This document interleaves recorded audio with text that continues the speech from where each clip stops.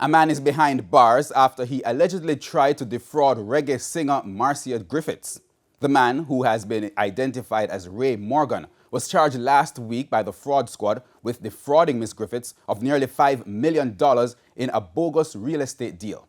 Fraud squad detectives reported that Mr. Morgan collected $30,000 and 250,000 Jamaican dollars from Ms. Griffiths as payment for a property.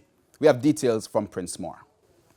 In court documents filed by the police, it's reported that he approached the artist in June 2021 and offered her a deal.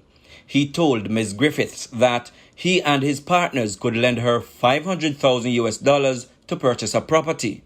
However, she would have to pay $30,000 plus 250,000 Jamaican dollars for fees and stamp duty. Ms. Griffiths reportedly called the police after she discovered that she had been defrauded by Mr. Morgan. Mr. Morgan appeared before the St. Andrew Parish Court today, where he was remanded until September 8. He is charged with obtaining money by means of false pretense. His attorney told the judge that Mr. Morgan will be making restitution to the reggae artist. Mr. Morgan was featured in the news last year following his release from prison after serving nearly 12 years for fraud.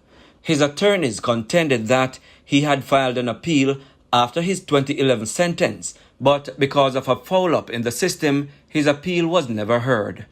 Prince Moore, TVJ News.